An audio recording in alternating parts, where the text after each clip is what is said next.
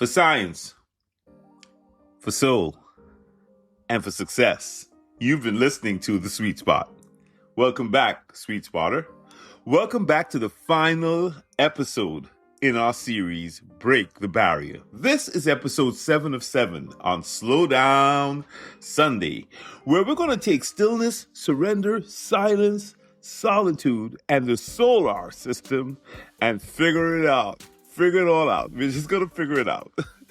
I'm Dr. Derek Sweet. I'm your host here on The Sweet Spot.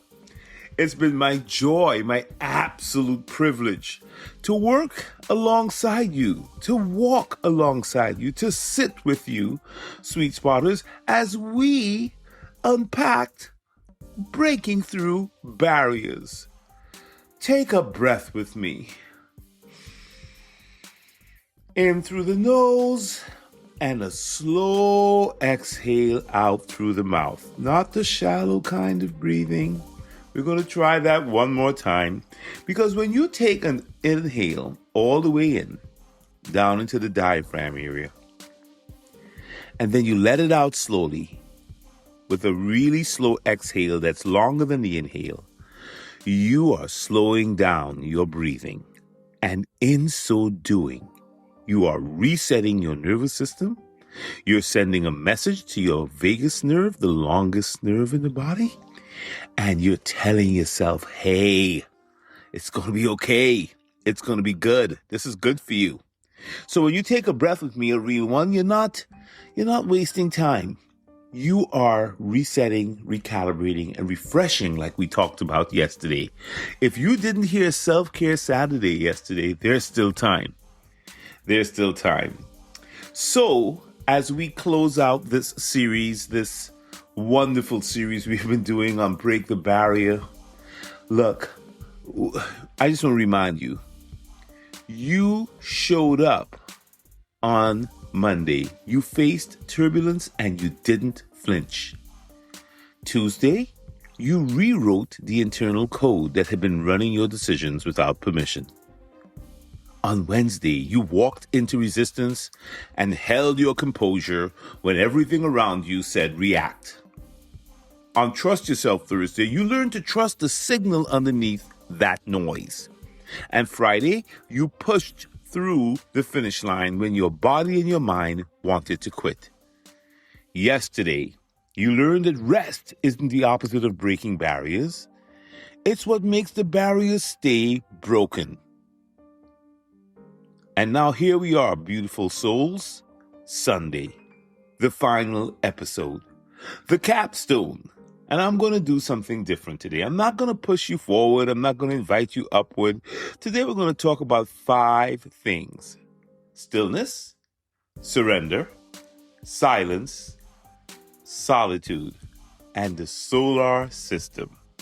And by the end of this episode, I want you to understand something that might change not just your week, but your entire orientation to life. Yeah. You're not fighting the universe, you're part of it. And when you slow down enough to feel that, really feel what I'm saying, the barriers we've been talking about, they don't just break, they dissolve. They dissolve. That's right, the barriers dissolve. How about that? How about that? Tell me, how would that feel to you if you slow down enough and the barriers resolved and dissolved? Does that feel good? I bet it does, because it feels good to me too, just to take that time and to allow it to sink in. Yeah, you're not fighting the universe. You're part of it. And when you slow down enough to feel it, those barriers, they dissipate. Let me start with a question that's going to feel strange to you. When, okay, you're going to like this one. When was the last time you looked at the stars? Not on a screensaver, that doesn't count. Or a photo, that doesn't count. I mean the actual sky. When was the last time you stood outside at night or looked out through your window and let the stars make you feel small? All right, sometimes you might say, some people might be telling me, well, I don't got stars where I am, you know? I live in the city. We don't see stars. All right, make it the sky. All right? Yeah, when was the last time you stood outside at night or during at some point in the day and let yourself feel small under the big sky? Because here's what's wild. Most of us spend our entire lives trying to feel big, important, and significant, and to matter. We hustle for visibility, right? We grind for recognition. We break barriers so that the world will notice us. And none of that is wrong. That's all okay. Nothing wrong with being noticed. That's why you put on those clothes today. So look, the perspective, though, changes when you look up at the sky. Something happens when you look up at that night sky and you realize you're standing on a rock that's spinning at 1,000 miles an hour, orbiting a star at 67,000 miles per hour inside a galaxy that contains 200 billion other stars. And that galaxy is just one of 2 trillion galaxies in the observable universe. That's a whole lot of math to say that we're pretty small here on this earth. Yeah. When you get that perspective of where we fit in this massive universe or multiverse, something shifts.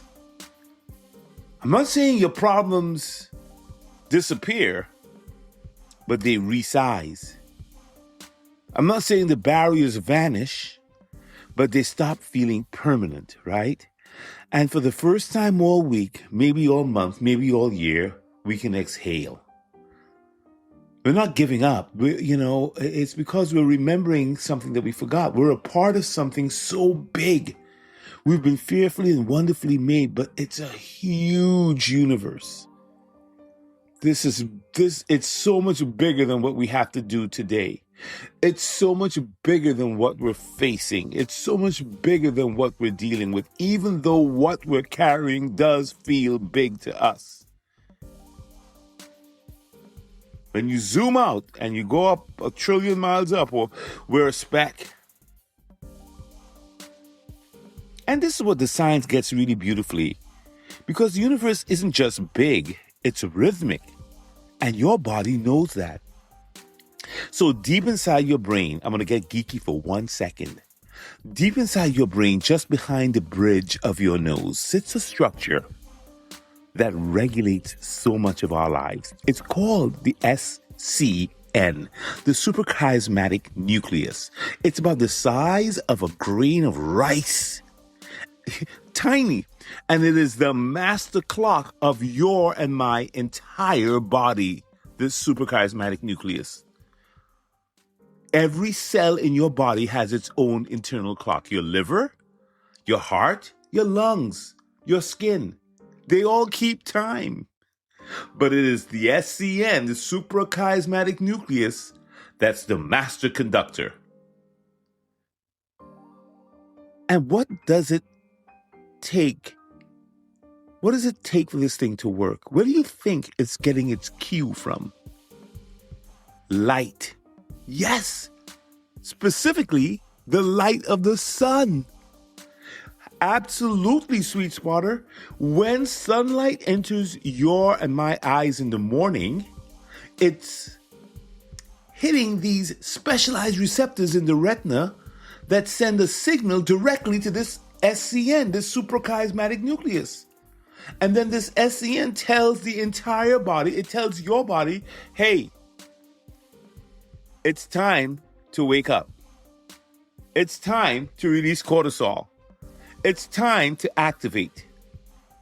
And when the darkness hits in the universe, the SCN reverses the signal. And so the darkness tells the pineal gland to release melatonin. You've heard of melatonin. It's not just a supplement. It's something you produce. It's a hormone you produce in your body. It tells your body, it's time to slow down. It's time to repair. It's time to sleep. All controlled by the universe. Light and dark. How amazing is that you have this SCN thing in you, that we have it in us. This system called the circadian rhythm is not a preference. This is not some kind of a lifestyle choice that we're making here. This is 4 billion years of evolution written into your biology.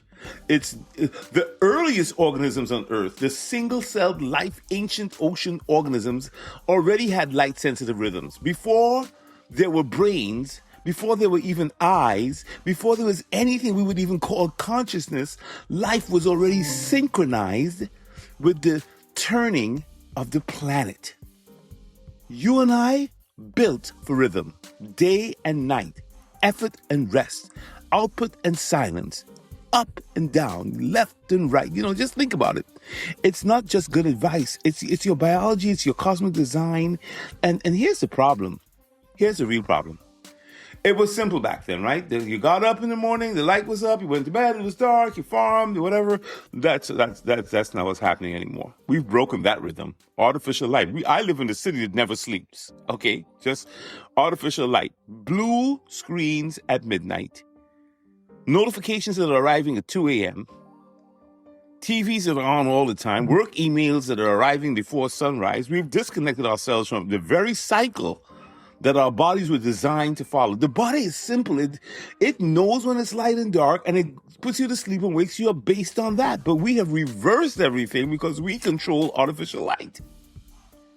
And then we wonder why we're anxious. We wonder why we can't sleep. Why we feel burned out after a vacation. It's not because we were weak or anything. We're misaligned. We're fighting the rhythm instead of flowing with the rhythm. That's all.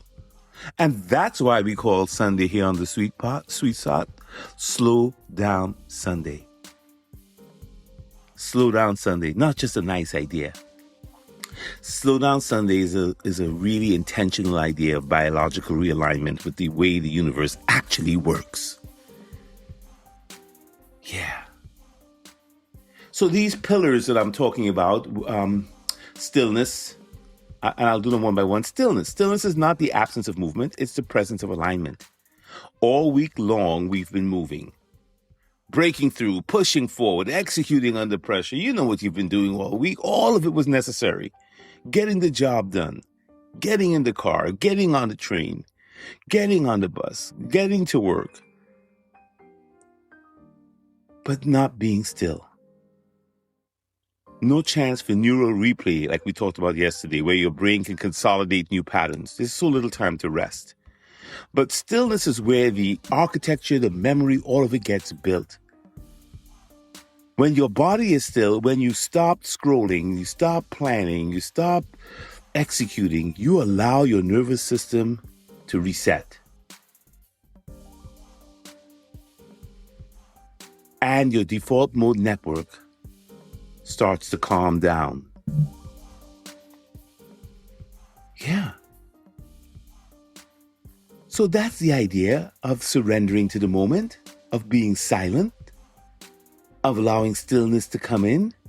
Because if you allow silence to enter your stillness and your surrender moment, it's not empty. Silence is not empty. It's actually full. And the universe has been teaching this lesson since humans existed. In Psalm 19, in the Ancient Wisdom, it says, the heavens declare the glory of God. The skies proclaim the work of his hands, right? Day after day, they pour forth speech, and night after night, they reveal knowledge. They have no speech, they use no words, no sound is heard from them, yet their voice goes out. Wow, into all the earth. Wow, listen to that. The heavens are speaking. Day after day and night after night are speaking to us, and yet no sound is heard. The universe is always speaking. That's a line, right? That we always talk about. Those who hang out with me know we always say that. The universe is always speaking. The universe communicates through rhythm. It doesn't communicate through noise. It communicates through cycles, not announcements. And through the very silent turning of the planets, the wordless rising of tides, the quiet rotation that gives us dawn and dusk, we learn something.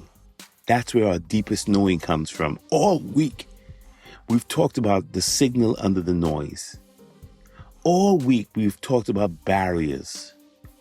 And there's been a barrier that has been constructed that doesn't allow us to experience solitude anymore. I'm not talking about loneliness. I'm just talking about the practice of being reconnected with ourselves. Yeah.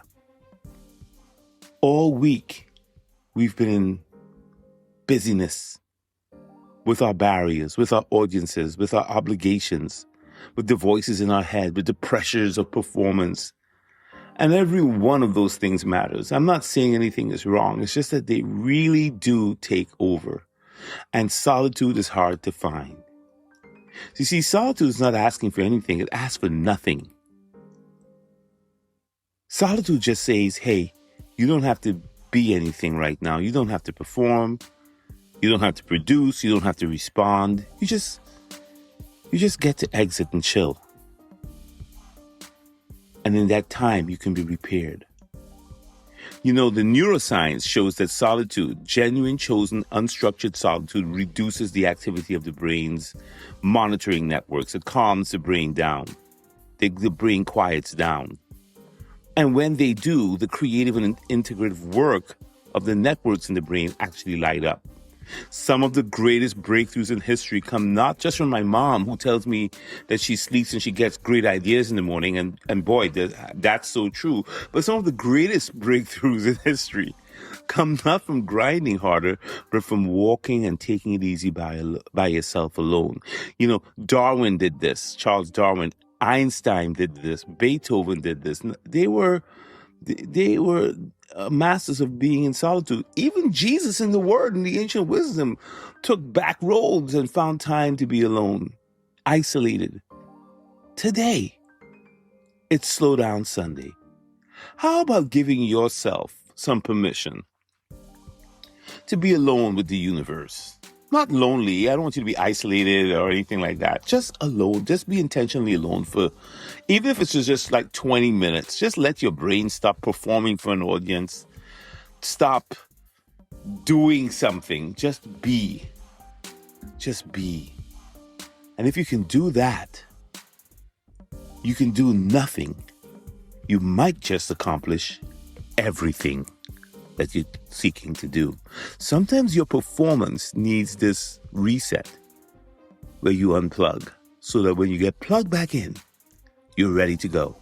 Listen, tomorrow's Making Moves Monday. We're going to be in a whole new series. Absolutely, we will. So reset today, recalibrate today, refresh yourself today, slow down, and I'll see you tomorrow.